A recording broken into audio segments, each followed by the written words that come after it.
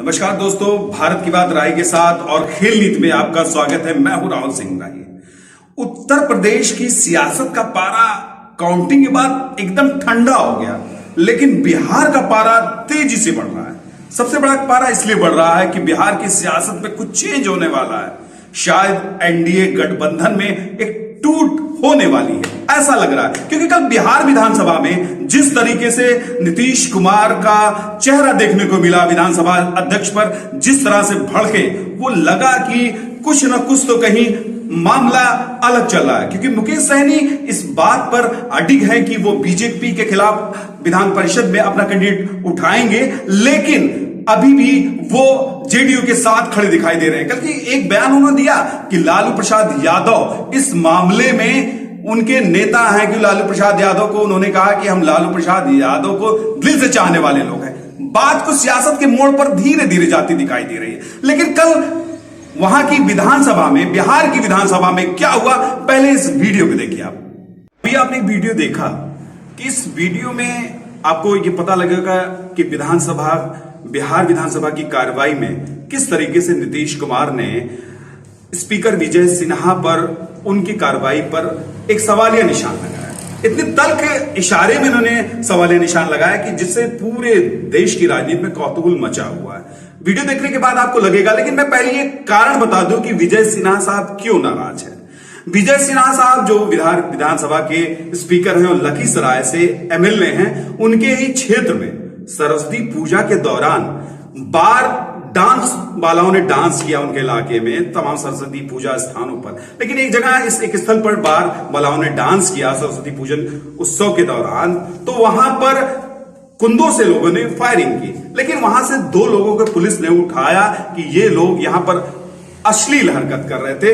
इस सवाल पर उनको उठा लिया, लेकिन उनका आरोप है कि ये वो लोग नहीं थे कि जिन्होंने फायरिंग की थी, बल्कि ये वो लोग थे, वो शरीफ लोग थे कि जिनका वो वहां पर केवल बार बालाओं का डांस देखने आए थे। ये सवाल मुझको भी लगता है कि कहीं इस तरीके से अगर पूजा के दौरान ये गलत तरीके से लोग वहां पर बार बालाओं का डांस कराते, क्या ये पूजा तत्व को सही लगता है? लेकिन फिर भी खैर कोई मसला हो, उस पर डीएसपी से उन्होंने शिकायत की, डीएसपी ने नहीं सुना। एसएचओ से उन्होंने कहा, उसने शिकायत नहीं सुनी। ये मामला गंभीर होता गया, आखिर उनकी बात नहीं सुनी गई, तो वो तल्ख होकर इसमें बार बार कार्रवाई की मांग कर रहे थे। बीजेपी विधायक संजय सरावगी ने एक सवाल विधानसभा में उठाया। सवाल उठा भी विधानसभा के अंदर कि 10 दिनों के अंदर 9 लोगों की हत्याएं हुई लखीसराय में, इस पर सरकार को जवाब दे।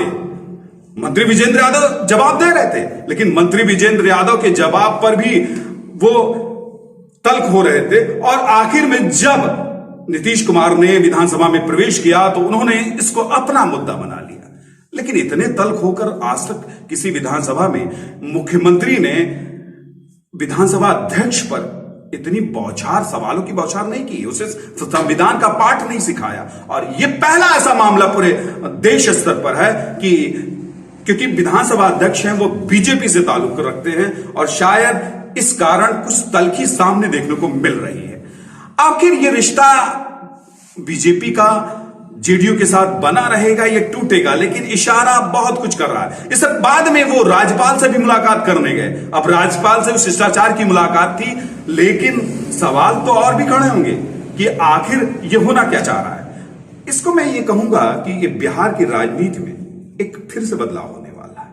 मुकेश सहनी जेडीयू के साथ मिलकर एक नई राजनीति की बिसात बिछाने के चक्कर में पड़े हैं, क्योंकि मुकेश सहनी पर जिस तरह से किरदार बन रहा है, उस तरह से यह लग रहा है कि बिहार की राजनीति में सियासी बदलाव होगा।